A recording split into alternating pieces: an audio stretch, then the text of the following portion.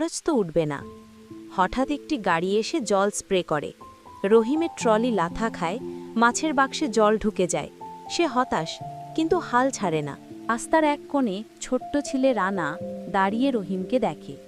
সে চিৎকার করে, চিন্তা করো না, আমি সাহায্য করি। রানা সাহস করে মাছের বাক্স টেনে সরিয়ে দেয়। রহিমের মুখে আবার হাসি ফুটে ওঠে। বৃষ্টি থেমে একটু আলো এসে যায়। গ্রাহকরা একটু একটু করে বের হয়।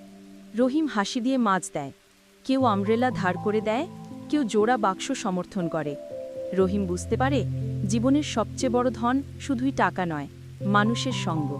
রাত শেষে রহিম তার ট্রলি ঘরে নিয়ে আসে। বৃষ্টি থেমেছে, আকাশ পরিষ্কার, চাঁদ বের হয়েছে। সে একা ভাবছে, বৃষ্টি যতই ভারী হোক, মানুষের ভালোবাসা আছে তো, সব ঠিক হয়ে যাবে। রহিম ট্রলির পাশে বসে চাঁদের আলো